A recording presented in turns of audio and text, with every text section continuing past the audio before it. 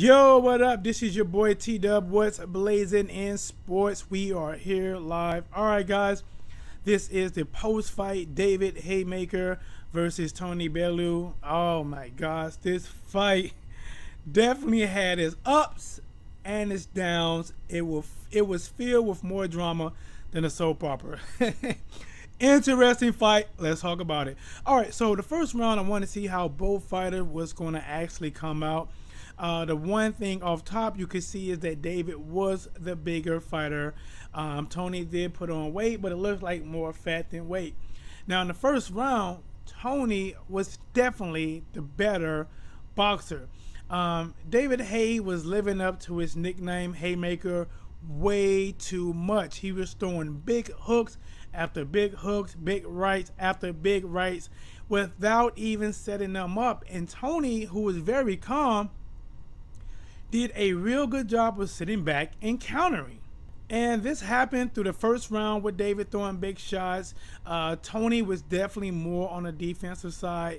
Around the third round, I started thinking, because David actually had a reach advantage, why wasn't he using his reach advantage? He was lunging in with shots like he was a shorter man trying to make up ground and just throwing himself off balance, missing really big. Now, every now and then, he would catch Tony with a couple pretty good shots.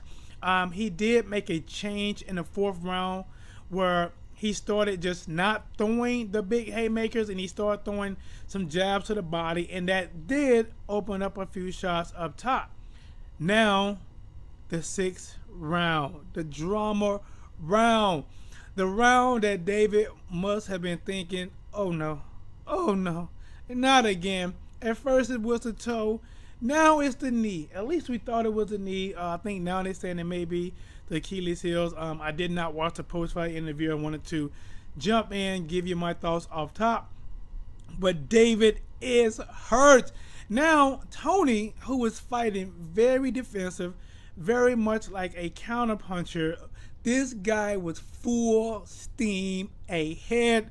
It was like he was a car with no brakes going downhill. He started pouring it on David. David went down a couple times, not from the shots, but maybe from the pain of the injury.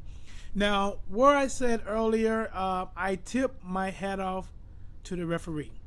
He did not stop this fight. I know a lot of referees that would have been quick to just stop the fight. In the sixth round, the fight would have been over.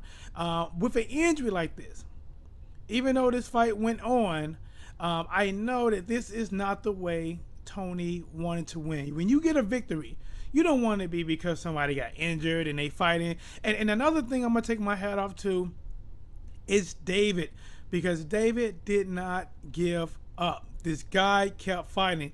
Some things I would say he need to work on, because he is a haymaker type thrower, and you typically need range lands or big haymakers.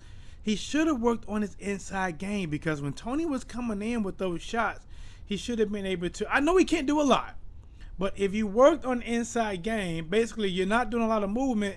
You just basically throwing nice counters, catching shots, rolling shots, and throwing your own shots.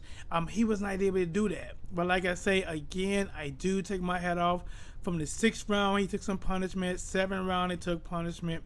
The eighth round, it looked like he must have bit down on that mouthpiece, and he was moving a lot better than before on that ankle. I know they did wrap it up with some tape, and he fought back a little bit.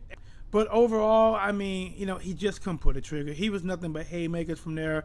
It was a couple low blows thrown. I know David appreciated the break anytime he got it. The 11th round,